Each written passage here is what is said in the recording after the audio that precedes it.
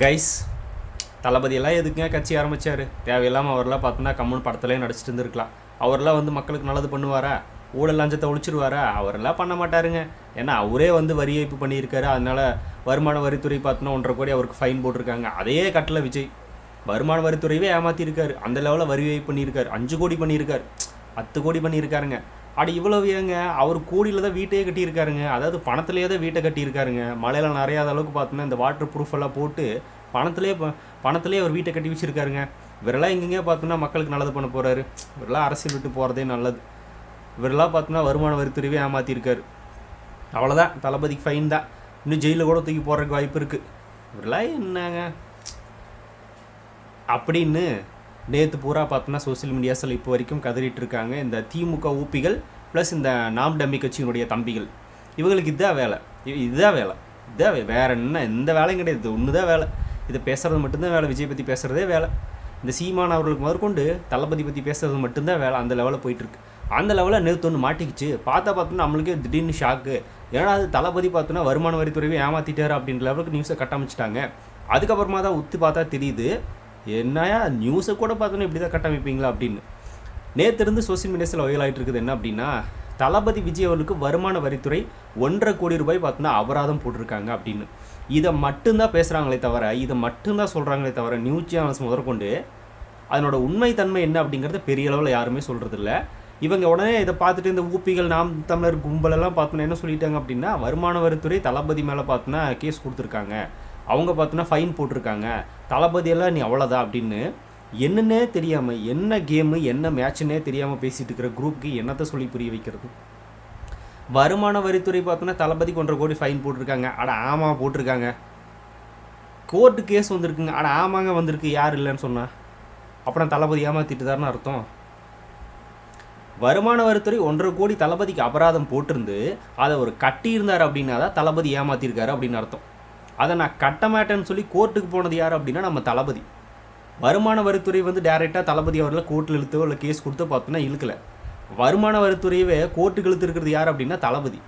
அந்த 1.5 கோடி நான் கட்ட முடியாது, என்ன சும்மா ஃபைன் போட்டிருக்கீங்க அப்படின்னு அதெல்லாம் கட்ட முடியாது, அதை தள்ளுபடி பண்ணணும் அப்படின்னு தளபதி தான் கோர்ட்டு படி ஏறி இருக்காரு வருமானத்துறை கூப்பிட்டு. ஸோ இதுவே புரியாமல் பார்த்தோன்னா தளபதி ஏதோ வருமான வரித்துறை தான் கூட்டிகிட்டு வந்துருச்சு அப்படின்னு.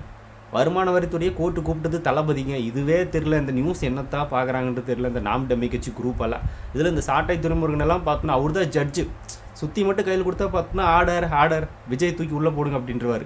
எந்த கேஸுக்கு உள்ளே போடுறது, எதுக்கு ஃபைன் கட்டுறது, எதுக்கு பார்த்தோன்னா ரிலீஸ் பண்ணுறது அப்படின்றே தெரியாத ஒரு குரூப்பு இவர். இதில் வேறு ஒரு படத்தில் ஜட்ஜாக வேறு நடிச்சிருக்காரு. அந்த டேரக்டர் தான் நான் தேடிட்டு இருக்கேன். இவரெல்லாம் ஒரு ஆளுன்னு நடிக்க வச்சது மட்டும் இல்லாமல் நீதிபதி போஸ்ட்டில் உட்கார வச்சு நடிக்க வச்சுருக்க பார்த்தியா? வேறு லெவலில் நீ அந்த டேரக்டரா? நல்லவனா அந்த படம் நல்லா இருந்துருச்சு. இல்லை அப்படின்னா வச்சு ட்ரோல் பண்ணியிருப்பாங்க. படம் எதுவும் நல்லா இருக்கு போல. அந்த தம்பிராமையா நடிச்சிருந்த படம், அதில் இவர் தான் நீதிபதி. அந்த நீதிபதியோட அண்ணா நீங்கள் வந்து படத்தில் தான் நீதிபதியாக நடிச்சிருக்கீங்க ஒரு சீனில். அது பார்த்தோன்னா நீதிபதி பேச்சு கூட அங்கே தோரணையில் வரல. மைக்கை பார்த்தா இங்கே வரும், ஆனால் அங்கே வரல போல் இருக்குது. அதை வந்து நீங்கள் நிஜமாலுமே நான் தான் நீதிபதி நினச்சிக்கிட்டு பார்த்தோன்னா நீங்கள் எதோ தளபதிக்கு தீர்ப்பு எழுதுறீங்க போல் வீடியோவில் உட்காந்துட்டு யூடியூப்பில். என்னன்னா இது பார்க்கும்போது சிரிப்பாக ஒரு தயவு செஞ்சு இந்த மாதிரிலாம் பண்ணாதீங்க. உண்மை என்ன? சரி ஓகே வாங்க, நிறைய பேர் டென்ஷன் ஆகிடுவீங்க, டீட்டெயிலாக சொல்லு ப்ரோ, சும்மா போலவெல்லாம் பேசிகிட்டு இருக்காது அப்படின்னு. ஓகே, தளபதிக்கு வருமான வரித்துறை 1.5 கோடி ஃபைன் போட்டது உண்மைதான். எதுக்காக அப்படின்னா, தளபதி வந்து புலி படத்தோட டைமில் வந்து வாங்கின சம்பளத்துக்கு சரியான கணக்கு காட்டலை, அவர் வந்து கணக்கை மறைச்சிருக்காரு அப்படின்னு அந்த ஃபைன் போட்டிருக்காங்க. அதுக்கு தளபதி தரப்பு என்ன சொல்லியிருக்காங்க அப்படின்னா, நான் வந்து எந்த ஒரு வருமானத்தையுமே மறைக்க கிடையாது, நான் என்ன வருமானம் வருதோ அதுக்கு உண்டான டேக்ஸ் வந்து கரெக்டாக பே பண்ணிட்டு தான் இருக்கேன், நான் வருமான வரித்துறை ஏமாத்துறது கிடையாது அப்படின்னு சொல்லி அவர் ஒரு தரப்புல வரத்தை வச்சுருக்காங்க. அதனால் இவங்க வேணும்னே என் மேலே இந்த ஃபைனை போட்டிருக்காங்க, இது உண்மை கிடையாது அப்படின்னு அவர் கேஸ் போட்டிருக்காரு. இது எல்லாத்தையும் தாண்டி அந்த 2016-17 போட வேண்டிய அந்த ஃபைனை 2022 5 வருஷம் கழித்து போடுறாங்க அப்படின்னா இதில் ஏதோ உள்நோக்கம் இருக்குது, இது உண்மை கிடையாது அப்படின்னு தளபதியோட தரப்பு பார்த்தோன்னா கோர்ட்டை நாடி இருக்காங்க. 2022 நடந்துச்சு கேஸ் போட்டது. 2022 தளபதி அப்போவே போட்டார், ஆனால் இப்போ தான் ஹியரிங்க்கு வந்திருக்கு. அதுக்கு காரணம் தெரிஞ்சிருக்கும் யார் பேக்ரவுண்டில் இருக்காங்க, இந்த டைமில் அது எப்படி வருது, இவ்வளோ நாள் சும்மா இருந்து எப்படி வருது அப்படின்னா தெரிஞ்சிருக்கும் யாரோட நோக்கம் அப்படின்றது. சரி ஓகே, அதை பற்றி நம்ம அப்போ பேசுவோம். இப்போது அந்த ஃபைன் போடுறதா இருந்தால் நீங்கள் 2016-17 அந்த வருஷத்துலேயே நீங்கள் போட்டிருக்கணும். 5 வருஷம் கழிச்சு எதுக்கு போடுறீங்க? கடைசி 2019 போட்டிருக்கலாம், இல்லைனா 2020 கூட போட்டிருக்கலாம். அதுக்கு கூட நான் டைமிங் வருமான வரித்துறை பார்த்தோன்னா ஒரு 3-4 வருஷங்களை பார்த்தோன்னா அந்த அந்த முக்கியமான தளபதி தப்பு பண்ணியிருந்தாலும் அதை கண்டுபிடிச்சி அதை பார்த்தோன்னா ஃபைன் அப்படின்ற அடிப்படையில் கொண்டு வந்து சேர்த்து அப்போவே அந்த ஃபைனை போட்டிருக்கணும். இப்போ 2022 5 வருஷம் கழிச்சு இவ்வளோ லேட்டாக போடுறது தப்பு. அதுவும் இல்லாமல் நான் எல்லாத்துக்கும் கரெக்டாக கணக்கு காட்டிட்டு அப்படி இருந்தும் கூட அதுக்கு வந்து ஃபைன் போட்டிருக்காங்க, அதனால் நான் அதெல்லாம் கட்ட முடியாது, நான் கோர்ட்டில் பார்த்துக்கிறேன் அப்படின்னு தளபதி கோர்ட்டுக்கு கேஸ் ஃபைல் பண்ணிட்டாரு 2022. அதை இப்போ எடுத்துகிட்டு வந்திருக்காங்க. வர அக்டோபர் மாதம் இதுக்கு உண்டான தீர்ப்பு சொல்ல போகிறாங்க அப்படின்றதும் நம்மளுக்கு தெரிய வந்திருக்கு. தீர்ப்பு சொல்லுவாங்களா இல்லை வந்து என்னென்னு தெரில. ஆனால் 2022 தளபதி அந்த போட்ட கேஸில் இருக்குல்ல, அந்த கேஸுக்கு பார்த்தோன்னா அந்த 1.5 கோடி ரூபாய் இப்போ வரைக்கும் அவர் கட்ட தேவையில்லை. இடைக்கால தடை தான் போட்டிருக்காங்க. இதுக்கு உண்டான ஒரு தீர்ப்பு வர வரைக்கும் அதை அவர் கட்ட தேவையில்லை. தீர்ப்பு வந்ததுக்கப்புறமா அவர் கட்டணுமா வேண்டாமாட்டுமா அப்படின்றத நீதிமன்றம் முடிவு பண்ணும். சரி, ஓகே. இப்போது தளபதி பார்த்தோன்னா 2015 புலி திரைப்படத்துக்காக வாங்கின சம்பளத்துக்காக தான் பார்த்தோன்னா இந்த பிரச்சனை. 2015 தளபதி பார்த்தோன்னா புலி திரைப்படத்தில் நடிச்சிட்டார். படமும் பார்த்தோன்னா அக்டோபர் மாதம் ரிலீஸ் ஆக போகுது. ஆனால் செப்டம்பர் மந்த்தில் தளபதியோட வீட்டுக்கு ரெய்டு வந்துருச்சு. அங்கே வந்து சில பணத்தெல்லாம் பார்த்தோன்னா பறிமுதல் பண்ணுறாங்க. அப்போது அவர் வந்து இதுக்கு முன்னாடி வாங்கின சம்பளத்துக்கு அவர் டேக்ஸ் கட்டிட்டார், ஓகே. ஆனால் இந்த பணத்துக்கு அவர் டேக்ஸ் கட்டலான்னு வருது. எதுக்காக அப்படின்னா புலி படத்தில் நடித்ததுக்காக தளபதிக்கு பார்த்தோன்னா பேமெண்ட் வந்து ஃபுல்லாக பே பண்ணல. அவங்க பாதி சேலரி தான் கொடுத்துருக்காங்க. இன்னும் பார்த்தோன்னா ஃபுல்லாக வந்து வரல. படம் ரிலீஸ் ஆனதுக்கப்புறமா தான் வரும் அப்படின்ற மாதிரி தளபதியோட தரப்பில் சொல்லியிருக்காங்க. படம் ரிலீஸ் ஆனதுக்கப்புறமா அந்த ஃபுல் பேமெண்ட்டு நான் வாங்கினதுக்கப்புறம் இதுக்குண்டான ப்ராப்பரான வரியை நான் கட்டிக்கிறேன், இப்போதைக்கு இதை வந்து நீங்கள் ஒரு சோர்ஸாக வச்சுக்கங்க அப்படின்னு தளபதி சொல்லிட்டு போயிட்டார். இதுதான் நடந்திருக்கு. இதெல்லாம் மறைக்கவே இல்லை அவர். சரி, ஒரு படத்துக்கு ஃபுல் சேலரி அவர் வாங்கலை. ஃபுல் சேலரி வாங்காமல் எப்படி பார்த்தோன்னா அது ஒரு டேக்ஸ் கட்டுவார். அப்படி டேக்ஸ் கட்டணும் அப்படின்னா அவருக்கு முழு சம்பளம் கைக்கு வந்தால் தான் இவ்வளோ போக அவர் பார்த்தோன்னா டேக்ஸ் கட்டுவார். அதுதான் நடக்கும். இது எல்லாருக்குமே நடக்கிற ஒரு விஷயம் தான். அப்படி இருக்கிறப்ப பாதி பேமெண்ட் இருக்கும்போது அவர் அதனால் அதை கட்டலை. இதை வந்து அடுத்த வருமான வரித்துறையில் நான் கட்டிடுறேன் அப்படின்னு அவர் சொல்லியிருந்தார். அது பார்த்தோன்னா அவங்கள கேட்டு போயிட்டாங்க, ஓகே, பிரச்சனை கிடையாது. ஆனால் அதை அப்படியே விட்டுட்டு தளபதியும் அப்போ 2016, 2014 கட்டிட்டார். அது பிரச்சனை கிடையாது. அதுவும் இல்லாமல் அவருக்கு லாஸ் ஆகி நிறைய பேருக்கு பணமெல்லாம் செட்டில் பண்ணார் அந்த புள்ளி திரைப்படத்துக்காக. இந்த பிடி செல்வகுமார் அப்படிங்கிறத படத்தை தயாரித்தார். அந்தாலும் எந்த அளவுக்கு ஒரு ஃப்ராட் அப்படிங்கிறது ரீசெண்ட் டைம்ஸில் பார்த்தோன்னா இன்டர்வியூஸ் கொடுத்து வச்சு செஞ்சுட்டு இருக்காங்க. நிறைய பேர் பார்த்துருப்பீங்க. இவ்வளவுக்கு காரணம் இந்த பிடி செல்வகுமார் அப்படிங்கிற நபர் தான் அப்படிங்கிறதும் தெரியும். அது வேறு கதை. அதை நம்ம பற்றி பேசணும் அப்படின்னா ரொம்ப லென்த்தாக போகும். மேபி இந்த பிரச்சனை பார்த்தோன்னா பெரிய அளவில் வெடிச்சிச்சு அப்படின்னா நம்ம அதை பற்றி பேசுவோம். இப்போதைக்கு அது வேண்டாம். ஸோ அந்த புலி படத்தினால தளபதிக்கு நஷ்டம் தான் இருக்க தவிர லாபம் எதுவுமே கிடையாது. அப்படி இருக்கிறப்ப அவர் எதுக்கு பார்த்தோன்னா அது வந்து பணத்தை ஏமாத்துறாரு அப்படின்ற மாதிரி ஒரு பெரிய கேள்வின்றது வருது அப்படின்னு தான் நம்மளுக்கு தெரியல. சரி, ஓகே. ஆனால் அந்த டைம்லேயே அவங்களுக்கு இன்கம் டேக்ஸுக்கு பார்த்தோன்னா சரியா நான் இவ்வளோ தான் வாங்கியிருக்கேன், இவ்வளோ தான் கட்டியிருக்கேன், இனி வர்ற ஒரு சோர்ஸை வச்சு இன்னி ஃபுல் பேமெண்ட் வந்துச்சு அப்படின்னா அது கூட நான் டேக்ஸை கட்டிடுவேன் அப்படின்னு சொல்லி அதுவும் கட்டி முடிச்சிட்டாரு. அதோடு அவங்க போயிட்டாங்க. ஆனால் அந்த பிரச்சனையை எப்போ எடுத்துகிட்டு வந்து போகிறாங்க அப்படின்னா 2022 அவருக்கு ஒரு இந்த மாதிரி நீங்கள் வந்து வரி வைப்பு பண்ணியிருக்கீங்க, வருமானத்தை வரைச்சிட்டிங்க, புலி படத்துக்கு பார்த்தோன்னா நீங்கள் சரியாக இது காட்டலை, அதனால் உங்களுக்கு 1.5 கோடி ரூபாய் ஃபைன் அப்படின்னு போட்டு போயிட்டாங்க. அப்புறம் தளபதி டென்ஷன் ஆவாரா இல்லையா? நம்மளுக்கே கேட்கும்போது டென்ஷன் ஆகுது. எப்போ நடந்த பிரச்சனைக்கு நீங்கள் வந்து எப்போ வந்து வருமான வரித்துறையிலேருந்து வந்து நீங்கள் ஃபைன் போடுறீங்க அப்படின்னு அவர் கேட்பாரா இல்லையா? சரி, அப்படியே நான் எல்லாத்தையும் கரெக்டாக காட்டிட்டு அப்படின்னு அப்போவே சொல்லியாச்சு. அதையும் மீறி பார்த்தோன்னா இவ்வளோ வருஷம் கழிச்சு வந்து நீங்கள் போடுறீங்க அப்படின்னா இது வந்து உள்நோக்கம் இருக்குது, அதனால் நான் வந்து இப்போ வந்து இதெல்லாம் கட்ட முடியாது, நான் கோர்ட்டில் பார்த்துக்கிறேன் அப்படின்னு தளபதி கோர்ட்டுக்கு போயிட்டார். இதுதான் நடந்திருக்கு. இது எதுவுமே தெரியாமல் தளபதி ஏமாற்றிட்டாருங்க. அவரெல்லாம் அரசியலுக்கு லாய்க்கு இல்லைங்க, இவர் எப்படி ஊழல் லஞ்சத்தை வாழிக்க போகிறார் அப்படின்னு ஒரு குரூப் சுற்றிட்டு இருக்கு. அந்த டைமில் தளபதி பார்த்தோன்னா ஒரு அறிக்கை ஒன்று வெளியிட்டிருக்காரு. அந்த அறிக்கை நீங்கள் ஸ்க்ரீனில் பார்த்துட்டு தான் இருப்பீங்க, முடிஞ்சால் பாஸ் பண்ணி படித்து பாருங்கள். அதில் அவர் என்ன சொல்லியிருக்காரு அப்படின்னா, நான் வந்து எனக்கு வந்த வருமானத்துக்கு கரெக்டாக வரி கட்டிட்டு தான் இருக்கேன், நான் எந்த இடத்துலையும் எப்பவும் பார்த்தோன்னா அதை வந்து ஏமாத்துனது கிடையாது, மறைச்சது கிடையாது, ஓப்பனாக பார்த்தோன்னா என்னோட நேர்மையான கடமையை நான் செஞ்சுட்ருக்கேன். ஆனால் நிறைய ஊடகங்கள்லாம் பார்த்தோன்னா வந்து நான் வரி ஏய்ப்பு பண்ணிட்டேன், வரி கட்டலை அப்படின்னு சொல்லி வந்து நியூஸ் பரப்பிட்டு இருக்காங்க, பொய்யான செய்தி. அதை பார்க்கும்போது எனக்கு ரொம்பவே மனசு கஷ்டமாக இருக்குது. தயவு செஞ்சு உண்மைக்கு புறமான செய்திகளை பரப்பாதீங்க, நான் சரியான ஒரு இன்கம் டேக்ஸ் கட்டிட்டு தான் இருக்கேன், அதை தயவு செஞ்சு போடுங்க அப்படின்னு தளபதி பார்த்தோன்னா அவரோட மனக்குமுறலை கொட்டியிருந்தார். அந்த லெவலில் ஒரு அறிக்கை வெளியிட்டார். அது நியூஸ் பேப்பர்லாம் மறுபடியும் வந்துருச்சு. ஆனால் இது எதுவுமே தெரியாமல் இன்னுமே புலி படத்தில் விஜய் மேலே வரி வைப்பு அப்படின்னு பல பேர் சொல்லிகிட்டு இருக்காங்க. அந்த பாதி பேமெண்ட் கொடுத்தாங்களே, ஃபுல் சேலரி கொடுத்துருந்தாங்க அப்படின்னா தளபதி அதை கட்டியிருப்பார். சரி, ஃபுல்லாக வரட்டுமே, வந்ததுக்கப்புறமா நம்மளுக்கு இவ்வளோ வருது, அது மீது டேக்ஸ் போகுது அப்படின்னு அவர் வெயிட் பண்ண நேரத்தில் அவருக்கு பார்த்தோன்னா ரெடி விட்டாச்சு.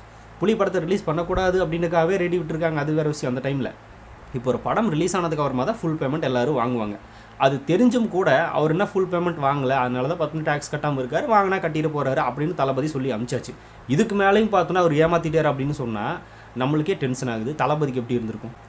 சரி, ஓகே. அக்டோபர் 10 என்ன நடக்க போகுது அப்படின்னா தளபதி சைடு இருந்து மறுபடியும் பார்த்தோன்னா சில ப்ரூஃப் எல்லாம் கொடுக்க போகிறாங்க. நான் கரெக்டாக தான் ஆதாரத்தை காட்டியிருக்கேன், நான் கரெக்டாக தான் கட்டியிருக்கேன், எந்த பிரச்சனையும் கிடையாது பாருங்கள் அப்படின்னு தளபதி நீதிபதிக்கிட்ட அந்த ப்ரூஃபை பார்த்தோன்னா சப்மிட் பண்ணணும். அது பண்ணிட்டாங்க அப்படின்னா அவர் தீர்ப்பு கொடுத்துருவார். என்ன நடக்க போகுது அப்படிங்கிறத பொறுத்து பார்ப்போம். அதாவது அந்த 1.5 கோடி அப்படிங்கிறது இப்போ நினைச்சாலும் தளபதிக்கு ரொம்ப சர்வசாதாரணமான ஒரு விஷயம் தான். அதை தூக்கி கொடுத்துட்டு போயிட்டே இருக்கலாம். ஆனால் அவர் கொடுக்கல. ஏன் அப்படின்னா, நான் நேர்மையாக இருக்கேன், நான் எதுக்கு பார்த்தோன்னா பொய்யான தகவலை கொடுத்து பொய்யை பார்த்தோன்னா அபராதம் போட்டால் நான் அதை கட்டணும், அது எனக்கு தேவையில்லை அப்படின்னு சொல்லி தளபதி பார்த்தோன்னா கோர்ட்டை நாடி இருக்காரு. அவர் அந்த ஃபைன் போட்டோன்னே அந்த பணத்தை கட்டிட்டு போயிருந்தால் தான் அவர் தப்பு பண்ணியிருப்பார். ஆனால் நான் தப்பே பண்ணல, ஃபைன் போட்டாங்க அப்படின்னு கோர்ட்டுக்கு போனார்ல அந்த 1.5 கோடிக்கு, அப்போ தான் தெரியுது அவர் பார்த்தோன்னா எந்த ஒரு தவறும் பண்ணல அப்படின்றது. இதெல்லாம் புரியுமா அப்படின்னா நிறைய பேர் புரியாது.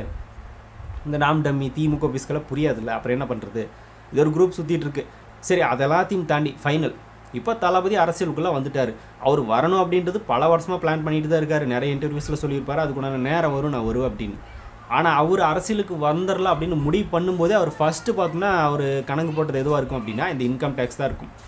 நம்ம அரசியலுக்கு போனோம் அப்படின்னா கடைசியில் நம்மளை பார்த்தோன்னா எதில் ஆப்பு வைக்க ட்ரை பண்ணுவாங்க, எதில் பார்த்தோன்னா மடக்க ட்ரை பண்ணுவாங்க அப்படின்னா வருமான வரித்துறையில் தான் மடக்க ட்ரை பண்ணுவாங்க அப்படின்றது அவருக்கே தெரியும். அப்படி இருக்கிற ஒரு மனுஷன் நம்மளாம் இதில் இருந்தெல்லாம் மாட்டவே கூடாது அப்படின்னு தளபதி பார்த்தோன்னா எந்த அளவுக்கு அப்போ இருந்து கேர்ஃபுல்லாக வருமான வரித்துறை கட்டிட்டு இருந்திருப்பார். எல்லா டேக்ஸ் கரெக்டாக பே பண்ணிகிட்டு இருக்காரு. இன்னும் சொல்லப்போனால் இந்தியாவிலே பார்த்தோன்னா டேக்ஸ் பே பண்ணுறவங்கள ஹையஸ்ட் லிஸ்ட்டில் ஒரு 10 பேர் அப்படின்னு எடுத்துக்கிட்டோம் அப்படின்னா அதில் தளபதி 4வது 3வது தான் இருக்கார். 3வதுன்னு நினைக்கிறேன், 3வது 4வது இருக்கார். அந்த லெவலில் அவர் வரி கட்டிகிட்டு இருக்கார். தளபதி அதிகமான வரியும் கட்டிகிட்டு இருக்கார். அந்த லெவலில் அவரோட சம்பளங்கள், அவரோட மார்க்கெட் அப்படிங்கிறது உயர்ந்து நிற்குது. அப்படி இருக்கிறப்ப அவர் எதுக்கு பார்த்தோன்னா அந்த 1.5 கோடி கட்ட தெரியாது அவருக்கு. நீ சும்மா போட்டாலும் நான் கட்ட முடியாது, உண்மையாக மேலே தப்பு இருந்துச்சுன்னா நான் கட்டுவேன், வேணும்னே வந்து இந்த மாதிரி வரியை பண்ணிட்டு அப்படின்னு சொல்லி போட்டாலும் நான் கட்ட முடியாது அப்படின்னு சொல்லி தளபதி கோர்ட்டுக்கு போயிருக்காரு. கோர்ட்டுக்கு போகும்போதே தெரிஞ்சிருக்கும் அவர் நியாயமாக தான் இருக்கார் அப்படின்றது. வருமான வரித்துறை தளபதியை கோர்ட்டுக்கு இழுக்கவே இல்லை, தளபதி தான் வருமான வரித்துறை கோர்ட்டுக்கு இழுத்துருக்காரு அப்படின்ற ஒரு பேசிக்கான நாலேஜ் கூட புரியாமல் லூசுத்தனமாக பேசிகிட்டு இருக்கிறாங்க இந்த குரூப். அவர் எதுக்கு எடுத்தாலும் பார்த்தோன்னா நம்ம வந்து சட்டப்படி போவோம் அப்படின்னு நீதிமன்றத்தை தான் நாடி போகிறாரு. அவராக மாட்டிக்கிட்டு பார்த்தோன்னா அது கேஸ் எடுத்து ஒரு வக்கீலாம் நடத்துறதுக்கு வரல, நம்மளே பார்த்தோன்னா நீதிமன்றத்துக்கு போவோம், நம்மளே நேரடியாக டீல் பண்ணுவோம் அப்படின்னு அவரே பார்த்தோன்னா உண்மையாக போகிறாரு. அதில் என்ன தவறு இருக்க போகுது? இப்போ யாராவது அவர் மேலே கேஸை கொடுத்து அவர் உள்ளே போனாரா, இல்லை யாராவது பார்த்தோன்னா வாண்டடாக கம்ப்ளைண்ட் பண்ணதுக்கப்புறமா அவர் வந்து நீதிமன்றத்துக்கு போகிறாரானா? இல்லை, அவரே போகிறாரு.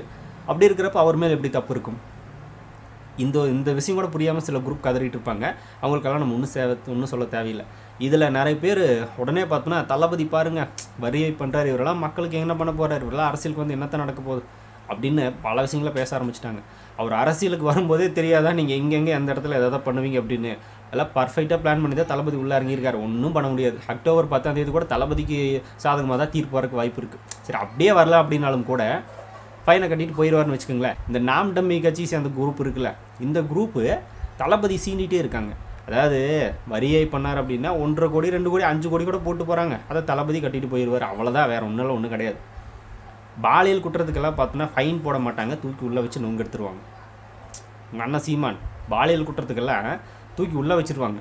நீ என்ன பணம் கொடுத்தாலும் அது விஜயலட்சுமி அக்கா கொடுக்கணும்னு சொல்லுவீங்க, அந்த அக்கா வேணான்றும். தூக்கி உள்ளே வைருங்க அப்படின்னா முடிஞ்சுது, அவ்வளோதான். ஃபைனில் அது கட்ட தேவையில்லை, தூக்கி உள்ளே வச்சுருவாங்க. முதல்ல அதை பாருங்கள். இன்றைக்கி அந்த ஹீரோயின் நினைக்கிறேன் என்ன தீர்ப்பு வந்திருக்கு, என்ன நடந்துருக்குன்றது தெரியல, பார்ப்போம். நாளைக்கு அதை பற்றி நம்ம பேசுவோம். இந்த குரூப் இதை பற்றி பேசுகிறது.